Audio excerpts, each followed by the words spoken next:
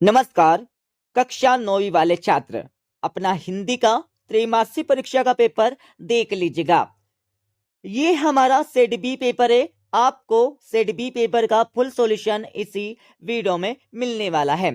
हमने आप सभी के लिए सेट ए पेपर चैनल पर अपलोड कर दिया है, तो जिसको भी सेट ए पेपर देखना है तो वो चैनल पर जाकर देख सकते हैं, या फिर आपको इस वीडियो के डिस्क्रिप्शन में सेट ए पेपर की लिंक मिल जाएगी। तो आप सभी उस लिंक पे क्लिक करके सेट ए पेपर देख सकते हैं, पढ़ सकते हैं, याद कर सकते हैं। तो इस पेपर का समय 3 घंटे होने वाला है, पूर्णांक 75 अंक। तो इस पेपर का हमारा पहला प्रश्न दिया। पहले प्रश्न में आप सभी को सही विकल्प का चयन करके लिखना है, जो आपकी परीक्षा में 6 नंबर के पूछे जाने वाले हैं। पहला देख लीजिएगा, विभावन भाव संचारी संयोगा दृश्य निष्पत्ति, यह सूत्र किसका है? तो पहले में आपको लिखना होगा वाला भरत मुनि का। दूसरा देख लीजिएगा, जो व्यक्ति अपनी किस्मत खुद रचते हैं उन्हें क्या कहते हैं? तो दूसरी में आपको लिखना होगा अ वाला साहसी कहते हैं। तीसरा देख लीजिएगा, जूरी ने अपने बेलों को कहाँ बेच दिया? तो इसमें आपको लिखना होगा ब वाला ससुराल। कहां पर भेजा था? ससुराल में बेच दिया था। चौथा देख लीजिएगा, मृत्यु का तरल दूत किसे कहा गया है? तो इसमें आपको लिखना होगा अ वाला बाढ़ के पानी को। पांचवा देख लीजिएगा, रामचरितमानस है, तो इसमें आपको लिखना होगा अ वाला महाकाव्य। और छठा देख लीजिएगा, दो वर्णों की मेल से उत्पन्न विकार को कहते हैं, तो क्या कहते हैं ये आपको बताना होगा। तो छठे में आपको राइट आंसर लिखना होगा द वाला संधि कहते हैं। दूसरा प्रश्न देख लीजिएगा। दूसरे प्रश्न में आप सभी को रिक्त स्थानों की पूर्ति करके लिखना है, जो आपकी परीक्षा में 6 नंबर के पूछे जाने वाले हैं। पहला देख लीजिएगा, मेहमान को भोजन में सबसे ज्यादा क्या पसंद था? तो पहले में आपको लिखना होगा पापड़। पापड़ आपको लिखना पहले का उत्तर। उसके बाद आपका दूसरा देख लीजिएगा, अंतरिक्ष यान किसका मिला जुला रूप है? तो दूसरे में आपको लिखना होगा वायुयान। वायुयान आपको दूसरे का आंसर लिखना है। तीसरा देख लीजिएगा, संचारी बाहों की संख्या कितनी है? तो तीसरी में आपको लिखना होगा 33। 33 आपको यहां पर तीसरे का आंसर लगाना है। और इसके साथ आपका चौथा देख लीजिएगा, वह तो पूर्णमासी के खालिस्तान के समान है, तो चौथे में आपको लिखना होगा चांद। चांद के समान है, लिख लीजिएगा।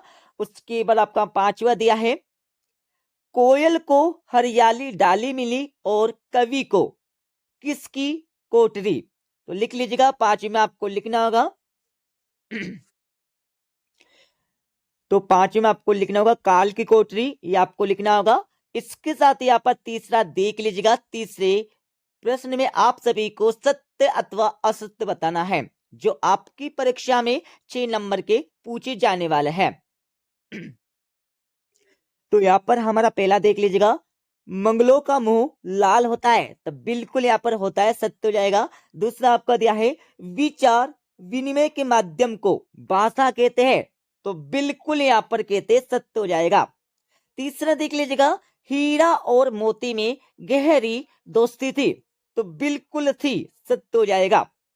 चौथा देख लीजिएगा, सूरज का ब्याह एक कहानी है, तो बिल्कुल नहीं है, असत्य हो जाएगा। पांचवा देख लीजिएगा, गांधी जी के अनुसार हमें अपनी बुनियाद पर कायम रहना चाहिए, तो बिल्कुल रहना चाहिए, सत्य हो जाएगा। छठा आपका दिया है, शब्द के आगे जुड़ने वाले शब्दांश उपसर्ग कहलाते हैं, तो बिल्कुल कहलाते हैं, सत्य हो जाएगा। चौथा प्रश्न देख लीजिएगा। तो चौथे प्रश्न में आप सभी को सही जुड़ी का मिलान करके लिखना है, जो आपकी परीक्षा में 6 नंबर की पूछी जाने वाले हैं। तो सही जोड़ी का मिलान कर लीजिएगा। हथकड़िया, इसमें आपको लिखना होगा गहना। और रात का तत्सम, इसमें आपको लिखना होगा रात्रि। सम्मानी में आपको लिखना होगा आदर योग्य। इंद्र का पर्यायवाची में आपको लिखना होगा सुरपति। बुद्धिहीन प्राणी में आपको लिखना होगा गधा। त्रिफला में आपको लिखना होगा 3 फलों का समूह। तो इस प्रकार से सही जोड़ी का मिलान हो जाएगा। और जल्दी से आप सभी इस वीडियो को आपके सभी दोस्तों के साथ शेयर कर दीजिएगा। इसके साथ ही आप सभी इस वीडियो को लाइक कर दीजिएगा। अब यहाँ पर 5वां देख लीजिएगा। 5वें प्रश्न में आप सभी को इन प्रश्नों के उत्तर एक शब्द अथवा एक वाक्य में देने होंगे, जो आपकी परीक्षा में 6 नंबर के पूछे जाने वाले हैं। पहला देख लीजिएगा, साहित्यिक पुर के किसे कहा गया है? तो पहले में आपको लिखना होगा मुंशी प्रेमचंद को। यह आपको लिखना है, लिख लीजिएगा मुंशी प्रेमचंद को। यह आपको पहले का उत्तर लगाना है। दूसरा देख लीजिएगा, ज्ञान की तुलना किससे की गई है? तो दूसरे में आपको लिखना होगा हाथी से। हाथी से आपको लिखना होगा दूसरे का आंसर। तीसरा देख लीजिएगा, बालू के सांपों में कौन सा अलंकार है? तो तीसरे का उत्तर लगा लीजिएगा। इसमें आपको लिखना होगा रूपक अलंकार। अब आपका चौथा दिया है, काव्य कितने प्रकार के होते हैं, उनके नाम आपको लिखने होंगे। तो चौथे का उत्तर लगा लीजिएगा। काव्य यहाँ पर 2 प्रकार के होते हैं, ठीक है। कौन कौन से होते हैं? पहला आपका श्रव्य काव्य हो जाएगा, दूसरा आपका दृश्य काव्य हो जाएगा, ठीक है, लिख लीजिएगा। अब यहां पर हमारा 5वां दिया है, कांजी होश का चौकीदार लालटेन लेकर आता था। तो 5वीं का उत्तर लगा लीजिएगा। 5वीं में आप सभी को लिखना होगा हाजिरी लेने। यह आपको लिखना होगा यहाँ पर 5वीं का उत्तर। और 6ठा देख लीजिएगा, विदेशी भाषाओं से आए शब्द क्या कहलाते हैं? तो 6ठी में आपको लिखना होगा विदेश सज शब्द। यह आपको लिखना होगा। 6ठे का आंसर लिख लीजिएगा, विदेशज शब्द कहते हैं। इसके साथ ही यहाँ पर हमारे 2-2, 3-3 एवं 4-4 नंबर के प्रश्न देख लीजिएगा। सभी के उत्तर आपको बता देंगे इस वीडियो के लास्ट में। तो आपका 6ठा प्रश्न दिया है, विश्व का सबसे बड़ा अंतरिक्ष संस्थान कहाँ है? तो पहले में आपको लिखना होगा नासा। कहाँ है? नासा में है। और अतुआ वाला प्रश्न देख लीजिएगा, मासिक वेतन को पूर्ण मासिक का चांद क्यों कहा गया है? इसके बारे में आपको लिखना होगा। तो इसका उत्तर आपको बता देंगे इस वीडियो के लास्ट में। 7वां देख लीजिएगा, भक्ति काल को स्वर्ण युग क्यों कहा जाता है? इसके बारे में आपको लिखना होगा।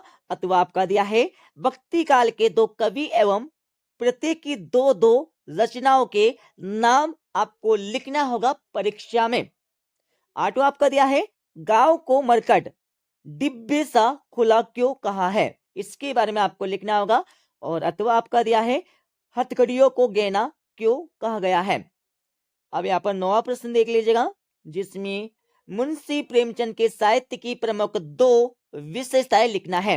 8वें वाले प्रश्न में आप सभी को मुंशी प्रेमचंद की 2 रचनाएं तथा उनका साहित्य में स्थान लिखना है। 10वां प्रश्न देख लीजिएगा, देसी शब्द किसे कहते? कोई 2 देशज या देसी शब्द के नाम आपको लिखना है। अथवा आपका दिया है, इसमें संधि तथा समास में अंतर बताना है। 11वां प्रश्न आपका दिया है, डॉक्टर APJ अब्दुल कलाम के बचपन के मित्रों के नाम आपको लिखना है। इसके साथ ही आप सभी को अथवा प्रश्न दिया है। 12वां देख लीजिएगा, किस घटना ने सालिम अली के जीवन की दिशा को बदल दिया? इसके बारे में आपको लिखना होगा। अथवा आपका दिया है, कांजी होश में पशुओं की हाजिरी क्यों ली जाती थी? इसके बारे में आपको लिखना होगा परीक्षा में। सभी के उत्तर आपको बता देंगे, ठीक है। 13वां देख लीजिएगा, निपात शब्द क्या है? इसकी परिभाषा आपको देना होगा। अथवा देख लीजिएगा, निम्नलिखित शब्दों का संधि विच्छेद कर लिखिए। पहला आपका दिया है देवालय, तो इसमें आपको लिखना होगा देव प्लस आले। ये हमारा संधि विच्छेद हो जाएगा देवालय का। दूसरा देख लीजिएगा ततेव, तो इसमें आपको लिखना होगा तता प्लस एव। तीसरा देख लीजिएगा, तीसरे में यहां पर पूछा स्वागत, तो इसमें आपको लिखना होगा सु प्लस आगत। ठीक है। और चौथा देख लीजिएगा भावुक, तो चौथे में आपको लिखना होगा भू प्लस उक। इसके साथ ही यहां पर 14वां प्रश्न देख लीजिएगा। 14वें में आपको तत्सम शब्द क्या होते हैं इसकी परिभाषा आपको लिखना होगा। इसके साथ ही आपको उदाहरण भी लिखने हैं। अथवा देख लीजिएगा उपसर्ग किसे कहते हैं, प्रति उपसर्ग का प्रयोग करते हुए दो शब्द आपको बनाने हैं। सबसे पहले आप सभी को उपसर्ग की परिभाषा देना होगा, उसके बाद प्रति उपसर्ग का प्रयोग करके दो दो शब्द बनाने हैं। बना लीजिएगा, प्रति प्लस कार बराबर हो जाएगा हमारा प्रतिकार, पहला शब्द बन जाएगा। दूसरा देख लीजिएगा प्रति प्लस योग, तो दूसरा शब्द हमारा प्रतियोग हो जाएगा। ठीक है। इस प्रकार से आपको परीक्षा में प्रति शब्द का प्रयोग करते हुए आपको दो दो शब्दों का निर्माण करना है। 15वां प्रश्न देख लीजिएगा, मुहावरे और लोकोक्तियों में कोई दो अंतर आपको बताने होंगे। अथवा देख लीजिएगा, निम्नलिखित मुहावरों का अर्थ लिखते हुए वाक्यों में प्रयोग आपको करना है। तो इनके आंसर आपको बता देंगे इस वीडियो के लास्ट में। 16वां देख लीजिएगा, अलंकार की परिभाषा एवं उदाहरण आपको देने होंगे। और अतिव्यय वाले प्रश्न में आप सभी को निपात शब्दों का प्रयोग करते हुए एक एक वाक्य बनाकर लिखना है परीक्षा में। इनके उत्तर भी आपको बता देंगे। 17वां देख लीजिएगा, रस किसे कहते हैं।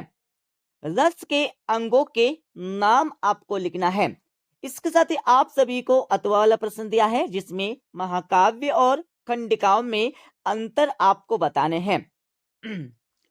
और इसके साथ ही आपका 18वां प्रश्न देख लीजिएगा, निम्नलिखित काव्यांश को पढ़कर संदर्भ प्रसंग सहित भावार्थ लिखिए। तो सबसे पहले आपको परीक्षा में संदर्भ लिखना होगा, संदर्भ के बाद आपको लिखना होगा प्रसंग, प्रसंग के बाद आपको लिखना होगा भावार्थ। तो इनके आंसर आपको बता देंगे किस प्रकार से आपको संदर्भ प्रसंग एवं भावार्थ लिखना है परीक्षा में, जिससे 3 नंबर यहां से कंप्लीट हो जाएंगे। 19वां प्रश्न देख लीजिएगा, निम्नलिखित गद्यांश को पढ़कर संदर्भ प्रसंग सहित वाक्य करके आपको इस प्रश्न में लिखना है। ठीक है। तो इनके आंसर भी आपको बता देंगे इस वीडियो के लास्ट में। 20वां प्रश्न देख लीजिएगा, छोटा परिवार सुखी परिवार विषय पर एक अनुच्छेद आपको लिखना है। अथवा देख लीजिएगा, कक्षा में अपने प्रिय मित्र से पढ़ाई से संबंधित संवाद मतलब बातचीत आपको लिखना होगा। तो इनके उत्तर आपको क्या करना है, अपनी किताब से देखकर लिख लेना है अपने रफ कॉपी में और याद कर लेना है। ठीक है। और 21वां देख लीजिएगा, निम्नलिखित अपठित गद्यांश को पढ़कर इसके नीचे लिखे प्रश्नों के उत्तर आपको देने हैं। तो देख लीजिएगा, आपका पहला दिया है उपयुक्त गद्यांश का उचित शीर्षक आपको बताना है। तो सबसे पहले तो आपको ध्यान देना होगा जो हमारा गद्यांश है ये किसके ऊपर है। तो देख लीजिएगा, इसमें आपको लिखना होगा शील युक्त व्यवहार, ये हमारा शीर्षक हो जाएगा। ठीक है। दूसरा देख लीजिएगा, शील युक्त व्यवहार की क्या विशेषता है, तो विशेषता आपको बताना होगा।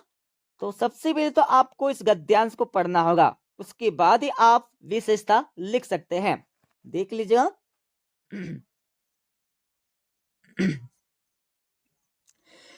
तो इसकी विशेषता यहाँ पर हो जाएगी। ठीक है। पहले नंबर पर हमारा यहाँ पर दूसरे का आंसर हो जाएगा। इसके साथ आपका तीसरा देख लीजिएगा, उपयुक्त है गद्यांश का सारांश मतलब सार आपको लिखना है। तो सार मतलब किस प्रकार से आप लिखेंगे, जो हमारा गद्यांश है ये किसके ऊपर बताया गया है और इसका सार क्या निकल रहा है। ठीक है। ये आपको लिख देना है यहाँ पर तीसरे प्रश्न का उत्तर। और इसके साथ ही आप सभी देख लीजिएगा, इसके अथवा वाला प्रश्न इसमें भी आपको सेम वही करना है जैसे कि हमने आपको ऊपर वाले प्रश्न में बताया है। इसमें आपको एक काव्यांश दिया, इस काव्यांश को पूरा पढ़ लीजिएगा। इसको पढ़ने के बाद 3 प्रश्न दिए, तो तीनों के आंसर आपको यहाँ से देना होगा। पहले में आपको शीर्षक बताना होगा और दूसरे में नन्ही चींटी की क्या विशेषता है, यह आपको इसमें से लिखना होगा। और पहले में आपको शीर्षक चींटी लिख देना है, नन्ही चींटी आपको इसका शीर्षक लिख देना है। और तीसरे प्रश्न में क्या पूछा है, उपयुक्त काव्यांश का भावार्थ, इसका भाव क्या निकल रहा है ये आपको इसमें लिख देना है। अब यहाँ पर 22वां प्रश्न देख लीजिएगा, अपने कक्षा शिक्षक को अर्ध दिवस के अवकाश हेतु आवेदन पत्र आपको लिखना होगा। तो आप सभी एक प्रार्थना पत्र लिखकर याद कर लीजिएगा, ठीक है। बहुत सिंपल से यहाँ पर क्वेश्चन दिया है, तो आप सभी को पता होगा किस प्रकार से प्रार्थना पत्र लिखते हैं। उसी प्रकार से आपको लिखना होगा, सेवा में श्रीमान प्राचार्य महोदय, इस प्रकार से आपको लिखना होगा एग्जाम में अर्ध दिवस का अवकाश, ठीक है। प्रार्थना पत्र आपको लिखना है। अथवा देख लीजिएगा, अपने परीक्षा परिणाम की जानकारी देते हुए अपने मित्र को एक पत्र लिखना है। किसको लिखना है, अपने दोस्तों को एक पत्र लिखना होगा। 23वां प्रश्न देख लीजिएगा, 23वें प्रश्न में आप सभी को रूपरेखा सहित निबंध लिखना है। तो आप क्या करना है, आपको मतलब किसी एक विषय पर एक निबंध याद कर लेना है, जिससे 4 नंबर यहां से कंप्लीट हो जाएंगे। अब मैं इस क्वेश्चन पेपर का फुल सॉल्यूशन आप सभी को बता देता हूं, ताकि आप इस पेपर के माध्यम से हिंदी के परीक्षा में 75 में से 75 अंक लेकर आ जाएंगे। तो आप सभी इस पेपर का फुल सॉल्यूशन देख लीजिएगा। जैसे कि हमने आप सभी को क्वेश्चन नंबर 1 से लेकर 5 तक के उत्तर पहले बता दिए थे, बट आप सभी और अच्छे से देख लीजिएगा। ये हमारा पहले प्रश्न का उत्तर हो जाएगा। पहले के बाद आप सभी को दूसरे प्रश्न का उत्तर यहां से मिल जाएगा। दूसरे के बाद आप सभी को तीसरे प्रश्न का उत्तर यहां से मिल जाएगा। तीसरे के बाद आप सभी देख लीजिएगा चौथे प्रश्न का उत्तर। चौथे के बाद आगे हम चलने वाले हैं, तो आप सभी को 5वें प्रश्न का उत्तर यहां से मिल जाएगा। और आप सभी देख लीजिएगा यहाँ पर हमारा 6ठे प्रश्न का उत्तर, ठीक है। 6ठे के बाद आगे हम चलेंगे, तो आप सभी को 6ठे प्रश्न का अतवे का उत्तर यहाँ से मिल जाएगा। पूरा देख लीजिएगा, पढ़ लीजिएगा, या फिर स्क्रीनशॉट ले सकते हैं। और आप सभी को यहाँ पर 7वें प्रश्न का उत्तर यहाँ से मिल जाएगा। 7वें के बाद आगे हम चलेंगे, तो आप सभी को 7वें का अतवे का उत्तर यहाँ से मिल जाएगा, जिसमें भक्ति काल के कवियों के नाम तथा रचनाएं आपको लिखना होगा। और आप सभी को 8वें का आंसर यहाँ से मिल जाएगा। 8वें के बाद आप सभी को 8वें प्रश्न का अतवे का उत्तर यहाँ से मिल जाएगा, पढ़ लीजिएगा। और इसके साथ ही आप सभी को 9वें का आंसर मिल जाएगा। 9वें के बाद आगे हम चलने वाले हैं, तो आप सभी को 9वें का अतवे का उत्तर यहाँ से मिल जाएगा। आप सभी देख लीजिएगा 10वीं का उत्तर। 10वीं के बाद यहाँ पर 10वीं का अतवी का उत्तर यहाँ से मिल जाएगा, जिसमें संधि तथा समास में अंतर बताना है। और 11वीं का उत्तर आपको यहाँ से मिल जाएगा। 11वीं के बाद आगे हम चलने वाले, तो आप सभी को 12वीं का उत्तर यहाँ से मिल जाएगा। 12वीं के बाद आगे हम चलेंगे, तो आप सभी को 12वीं का अतवी का उत्तर यहाँ से मिल जाएगा। इसके साथ ही आप सभी देख लीजिएगा 13वें प्रश्न का उत्तर। 13वें के बाद आगे हम चलने वाले हैं, तो आप सभी को 13वें का अतवे का उत्तर यहाँ से मिल जाएगा। आप सभी देख लीजिएगा 14वें का उत्तर। 14वें के बाद आगे हम चलने वाले हैं, तो आप सभी को मिल जाएगा 14वें का अतवे का उत्तर। इसके साथ ही आप सभी देख लीजिएगा 15वें प्रश्न का उत्तर, जिसमें लोकोक्ति तथा मुहावरे में अंतर बताना है। इसके साथ ही आगे हम चलने वाले, तो आप सभी को 15वें प्रश्न का अतवे का उत्तर यहाँ से मिल जाएगा। इसके साथ ही हम आगे चलने वाले, तो आपको 16वें का उत्तर मिल जाएगा। 16वें के बाद आगे हम चलेंगे, तो आप सभी को 16वें का अतवे का उत्तर यहाँ से मिल जाएगा। और यहाँ पर 17वें का उत्तर देख लीजिएगा। 17वें के बाद आगे हम चलेंगे, तो आप सभी को 17वें प्रश्न का अतवे का उत्तर यहाँ से मिल जाएगा, जिसमें महाकाव्य तथा खंड काव्य में प्रमुख अंतर बताना है। और आप सभी को 18वें प्रश्न का उत्तर यहाँ से मिल जाएगा। 18वें के बाद आप सभी को 18वें का अतवे का उत्तर यहाँ से मिल जाएगा। और आप सभी देख लीजिएगा 19वें प्रश्न का उत्तर। 19वें के बाद हम आगे चलने वाले, तो आप सभी को 19वें का अतवे का उत्तर यहाँ से मिल जाएगा। इसके साथ ही यहाँ पर देख लीजिएगा जो हमारा 20वां और 21वां 22वां 23वां जो हमारे 4 प्रश्न दिए थे, इनके उत्तर आपको क्या करना है, अपनी किताब उठाना है, वहां से आपको इनके उत्तर लगाना है, लगाने के बाद आपको इनके उत्तर याद कर लेना है। ठीक है, तो मिलते अगले वीडियो में।